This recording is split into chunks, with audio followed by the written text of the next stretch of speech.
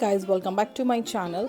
सो आज एक बहुत ही ब्यूटीफुल से राम सीता जी की हम पेंटिंग बनाएंगे, जो कि काफ़ी रिक्वेस्टेड है क्योंकि काफ़ी सारे लोग चाहते हैं कि राम सीता से रिलेटेड कोई पेंटिंग हम बनाएं।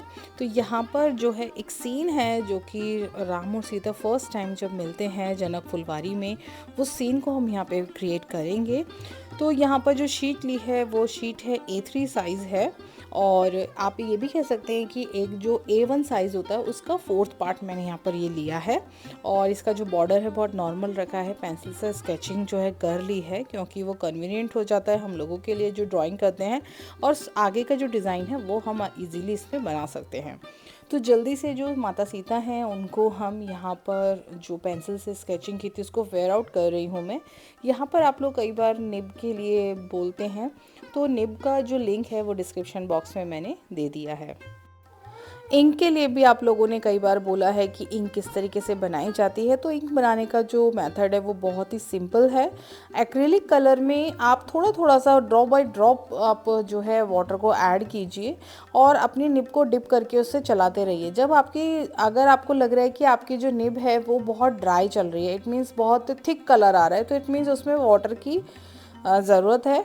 और अगर वो बहुत ज़्यादा पतली है, बहुत ज़्यादा स्मूथ है चल रही है, लेकिन ड्राई होने के बाद जो कलर है वो ब्लैक की जगह ग्रे हो रहा है, इट मीन्स आपने बहुत सारा वाटर उसमें ऐड कर दिया है, तो उसमें कलर ऐड करने की ज़रूरत है। तो ये आप थोड़ा सा जब प्रैक्टिस में आ जाएंगे तो बहुत आसानी से आप इंक भी बना पाएंगे।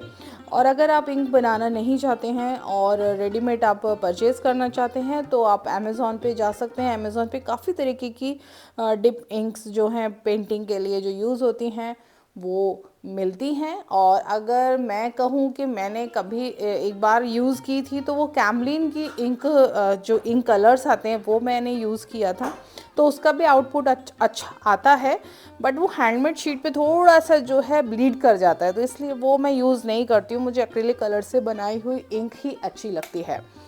तो अगर आप कहेंगे, कमेंट सेक्शन में मुझे बताएंगे, तो मैं आपको उस इंक का भी जो लिंक है वो डिस्क्रिप्शन बॉक्स में दे दूँगी। तो चलिए बात करते ही करते हमारी जो सीता माता का जो डिज़ाइन है और जो उनके जो कपड़ों का जो डिज़ाइन है वो रेडी हो चुका है ऑलमोस्ट। तो चलिए बाकी का डिज़ाइनिंग भी कंप्लीट कर लेते हैं।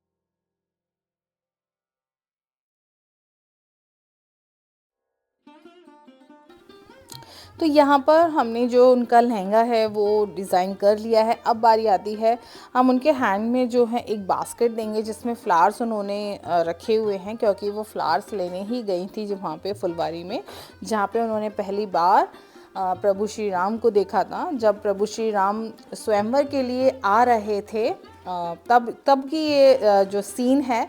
और बीच में जब वो मतलब जाती हैं अपनी सखियों के साथ फुलवारी घूमने या फ्लावर्स को इकट्ठा करने के लिए, फूलों को इकट्ठा करने के लिए, तब वो वहाँ पर श्री राम से मिलती हैं। तो ये वही सीन है। इसके बाद आज की जो कलरिंग है ना वो टोटली डिफरेंट कलरिंग रहेगी। हम नॉर्मल कलरिंग नहीं करेंगे क्योंकि यहाँ पर अभी मैं जो फ़िलहाल देख रही हूँ कि जो रेड और ब्लैक का कॉम्बिनेशन है वो बहुत अच्छा लगता है। रेड और ब्लैक है, रेड और ऑरेंज, सॉरी ब्लैक और ऑरेंज है, तो वही हम यहाँ पर कलर कॉम्बिनेशन भी यूज़ करेंगे। और आप चाहें तो ऐसे करते करते आप रामायण के सारे सीन्स भी बना सकते हैं और एक वॉल कोलाज भी क्रिएट कर सकते हैं। तो ये बहुत ही ब्यूटीफुल आइडिया है और आप चाहें तो इस तरीके की पेंटिंग्स बनाकर किसी को गिफ्ट भी कर सकते हैं। तो चलिए जल्दी से कंप्लीट करते हैं हमारा ये वाला डिज़ाइनिंग पार्ट है, उसके बाद देख लेते हैं कलरिंग।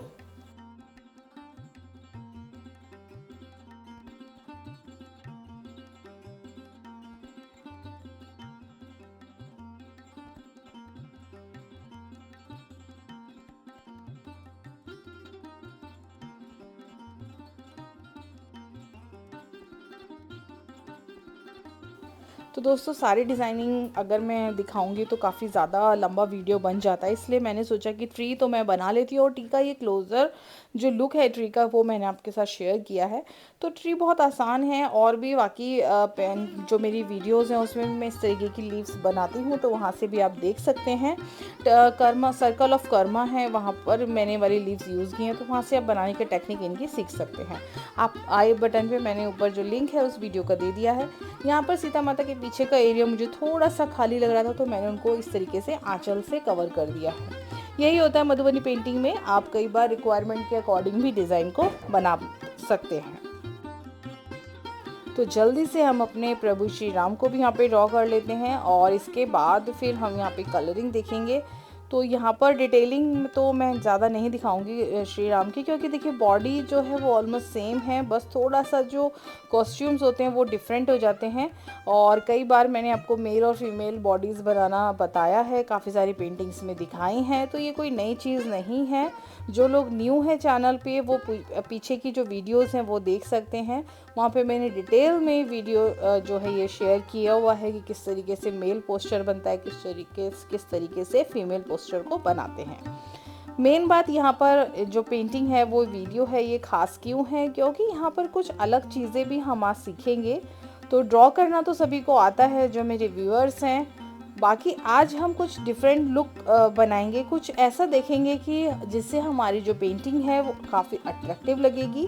और इसको आप जो है कभी भी जब भी बनाएंगे तो इन सब चीज़ों का अगर ध्यान रखते हैं तो आपकी पेंटिंग बहुत सुंदर भी लगेगी और एक अलग सा लुक क्रिएट होगा।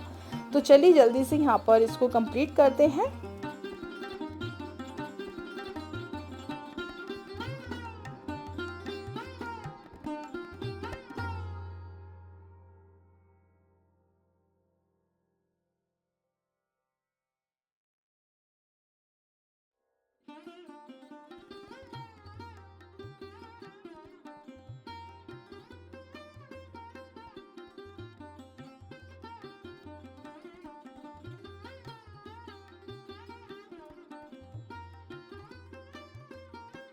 तो चलिए जल्दी से अब देखिए, जो सबसे फर्स्ट जो चीज़ है जो मैं आप लोगों के साथ शेयर करना चाहती हूँ कि कभी भी कोई भी एलिमेंट को आपको बहुत ज़्यादा दिखाना है, क्योंकि जो कचनी वर्क होता है उसमें ब्लैक कलर से हम सबसे ज़्यादा काम करते हैं और उसमें हमें कुछ डिफरेंट डिफरेंट चीज़ों को दिखाने में थोड़ा सा तो परेशानी होती है, क्योंकि वो एकदम से हमें ऐसा भी नहीं दिखाना है कि अरे सारा कुछ एक साथ ही बना हुआ है, थोड़ा कुछ डिफरेंट लुक आना चाहिए। तो यहाँ पे धनुष है, मैंने वहाँ पे उनको बोल्ड लाइन की है और थोड़ा सा जो धोती है वहाँ पर भी मैंने बोल्ड की है। आप चाहें तो पटके में भी बोल्ड कर सकते हैं और इसी तरीके से आप सीता माता के भी हैं जो वस्त्र हैं, जो ड्रेस है उसको भी बोल्ड करके थोड़ा सा इन्हांस कर सकते हैं। तो जब भी हम इस तरीके का वर्क करते हैं तो ये चीज़ हम यूज़ कर सकते हैं। तो चलिए अब बारी आ गई है फाइनल लुक की, क्योंकि कलरिंग सेम है, रेड कलर में यहाँ पे यूज़ कर रही हूँ, पूरी रेड और ब्लैक जो कॉम्बिनेशन है उस पर मैंने ये पेंटिंग बनाई है। तो कुछ इस तरीके से है, आप चाहें अपनी अकॉर्डिंग कोई भी इसमें कहीं पर भी कलर यूज़ कर सकते हैं, बट मैंने यहाँ पे सिर्फ और सिर्फ राम सीता जी को रेड और ब्लैक कलर के कॉम्बिनेशन में दिखाया है। बाकी का पूरा बैकग्राउंड आप देख सकते हैं ब्लैक निब वर्क किया है।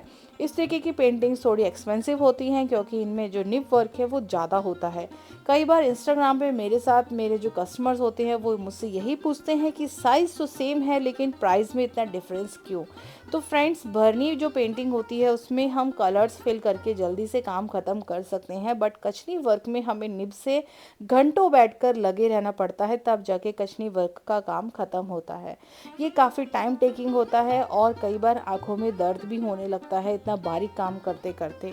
अब मेरे पास एक छोटा बेटा भी है मेरा, तो वो मेरा बेटा मुझे बहुत परेशान भी करता है, मुझे उसको भी देखना रहता है क्योंकि उसकी जो प्रायोरिटीज़ है वो फर्स्ट नंबर पे हैं, बाद में मेरी ये हॉबी आती है।